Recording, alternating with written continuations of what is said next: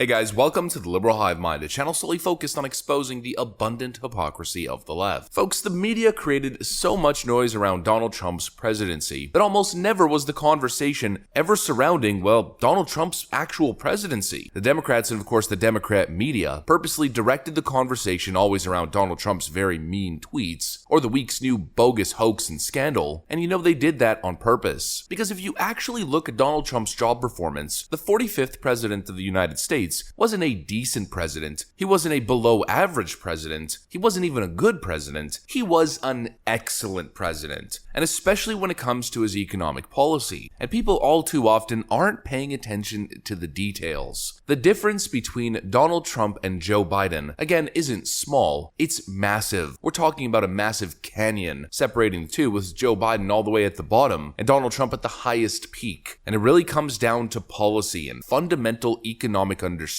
And so here's the point of this video. I keep seeing so much copium, I keep seeing so many garbage talking points coming out of the left, justifying the Biden administration's actions, or probably the worst, blaming somebody else for the current state of the economy and saying, well, it's not Joe Biden's fault, it's somebody else's fault. It's always an external factor. Well, of course, that's a whole load of BS. And so the point of this video is to quantify it all, to put it all together, and to continue to make the point that Joe Biden is the worst president in American history. Despite all the leftist copium and leftist distraction, let's deal with the facts and talk about the difference between Joe Biden and Donald Trump as presidents and the reality of the current economic situation. We've got some stuff to get into, so let's roll the tape. Alright friends, so this video is actually inspired by two specific clips. Just the other day on CNN, Van Jones said this. But the reality is, to lead means to go first. Biden has been there pushing, trying to get something done on climate. He promised he would get it done. It's going to get done. He's been pushing to get something done on the chips and the semiconductors. So listen, if you just erase the past 6 months of nutty stuff, it looks like you've got a president that can get an infrastructure bill done, get COVID stuff done, get something done for the American people on climate, get something done on chips. That's a successful presidency. You just, had the past 6 months of nonsense that takes away from it. Oh, all the nutty stuff that happened over the last 6 months. Well, it's not exactly the last 6 months. It's the last year and a half, basically since Joe Biden's inauguration day. Day one is flurry of executive orders. But Van Jones claims that now that the Democrats are passing this new Inflation Reduction Act, well, everything Joe Biden did in the past, well, you know what? It's all old history, sweep it under the rug. Thanks to the possibility of one spending package, and frankly, a totally irresponsible spending package, Joe Biden apparently now is supposed to be regarded as a great president. Absolute BS. The mainstream media pretends as if they're holding Joe Biden accountable, or as if they're covering both sides equally, but that couldn't be further from the truth. This right here is what we call cheerleading for the Biden administration. They're acting like lawyers, and one thing lawyers very often do is lie. And to promote this Inflation Reduction Act as some sort of massive victory for the Biden administration is a disservice to the American people. It shows exactly how dishonest these mainstream media figures are. The Inflation Reduction Act. I mean, it's dishonest within its name already. Wharton School of Business Analysis finds Inflation Reduction Act will increase inflation until 2024, likely to have indistinguishable effect on rising prices. I mean, who would have guessed that one? And this is exactly what I'm talking about with the incompetence of this administration. Either they're doing it on purpose and they're purposely tanking the economy, or they have no idea what they're doing. They don't understand basic economic fundamentals. This is the difference between a Joe Biden administration and a Donald Trump administration. We are in the midst of a recession. Whether it's going to be a short little blip on the radar and then go back to slow and steady growth, or if it's possibly going to lead to a disastrous Q3, we absolutely don't know yet, or whether it's going to lead to a disastrous Q3 and possibly Q4, and the recovery starts to occur in early 2023, we don't exactly know what's going to happen, but the point is, the economic data right now, the economic signs, show weakness in American markets. Inflation still remains high, and the only thing that remains is the job market. And what the Biden administration decides to do is to increase the corporate tax rate by, I believe, 7% during this unstable economic time. Now, I am not a fan of increasing corporate taxes at all, but the idea that you would time an increase in corporate taxes in the midst of a recession and an environment of hyperinflation or stagflation is one of the dumbest possible things I could imagine. I mean, just the timing of it is absurd. Not only are we talking about money printing here, with a spending package of nearly $1 trillion, but hitting companies' bottom lines, possibly reducing wages, increasing the prices of goods, and leading to higher unemployment. And here's where, once again, left-wing economic idiocy comes in. Clip number 2, the most common leftist view. Ma rich people, ma economy, ma capitalism bad. And then we've got this act, which they're calling the Inflation Reduction Act of 2022. I think that's great messaging. It's great messaging. Great messaging. I hope it does that. I'm not confident it will. It is raising taxes, and I know there's on various corporations only. Well, and people who make over $400,000. My fear, though, is on corporations. Then that trickles down to job growth. And the one thing that corporations aren't putting the money back into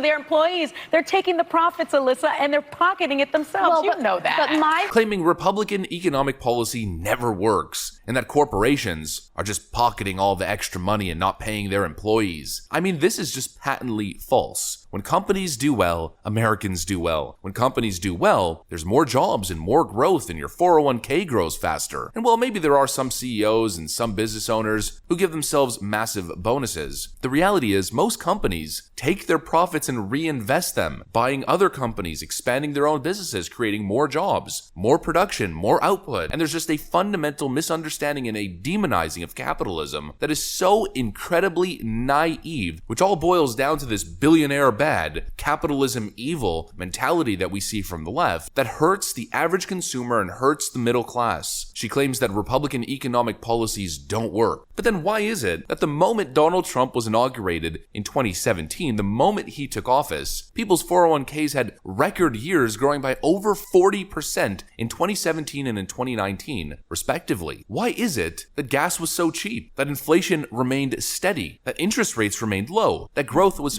through the roof? And this is what the US Index of Consumer Sentiment looked like throughout Donald Trump's presidency, in the 90 to 100 range, steadily throughout his administration. The moment Joe Biden takes over, well, you can basically see exactly what happened there. Donald Trump is evil, Republican policies don't work, they claim. But under Donald Trump's leadership, gas prices were low and it was easier to produce, easier to get to work, because for the first time in decades, under Donald Trump, the United States actually had an energy policy. Joe Biden keeps claiming that the rise in gas prices has nothing to do with him, even though he banned drilling on federal lands, stopped handing out federal permits, and axed the Keystone XL pipeline. He keeps claiming that actually energy production under his administration is at a record high. But take a look at the difference. Here's energy production over the last 5 years since Donald Trump took over in 2017, all the way till present day. Joe Biden is nowhere near the peak of Donald Trump. And the most important thing here is the growth. Donald Trump took over at 9,000 barrels a day and brought that production up to over 13,000 before the pandemic hit. Joe Biden has yet to even get back to that peak. And this, folks, is purposeful. You know, you gotta look at the economic pain. Look at where you are today compared to where you were 2 to 5 years ago. Think about the difference. That difference isn't Vladimir Putin's fault. That difference is the fault of liberal politicians. And I say liberal and not Democrat for a reason, because it's not just Joe Biden. It's the United States, Canada, Germany, France, the United Kingdom, the list goes on. Western liberal democracies that shut down the economy and printed trillions upon trillions of dollars, that threw a wrench in Western domestic oil production, increased taxes, and as a result have made your life worse. The problem isn't capitalism. The problem is crony capitalism. The problem is quasi-socialism and big government intervention, big government getting in the way. And that was the difference between a Trump economy, Trump policy, and a Biden administration. They absolutely devastated the supply chain as well, and have done next to nothing to fix the problem. Where's Pete Buttigieg? Record container ship backlog develops off East Coast ports. These supply chain issues have yet to be fixed. And once again, it shows what happens when you don't manufacture anything, when you're dependent on foreign countries to make products for you. Again, it shows the difference between Donald Trump policy and where we've been at as Western nations over the last couple of decades. Joe Biden wants to tell you that it's not his fault. Well, it's all his fault. It's his fault and the rest of his comrades at the G7. The mainstream media and people want to focus so heavily on the mean tweets. Oh, the mean tweets. Well, I'd rather mean tweets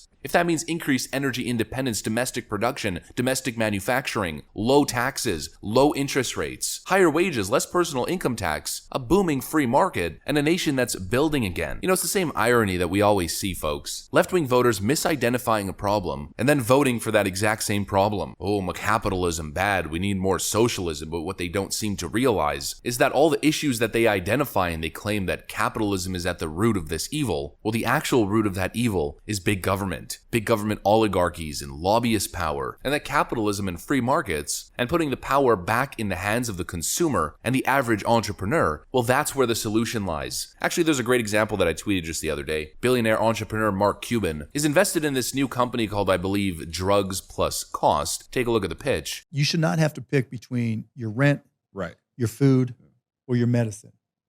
That's in every which way. Yeah. We can come up with a way to buy generics initially, set up a company where we just sell them for our cost plus 15%, plus $3 for handling for the pharmacy we work with, and then $5 for shipping.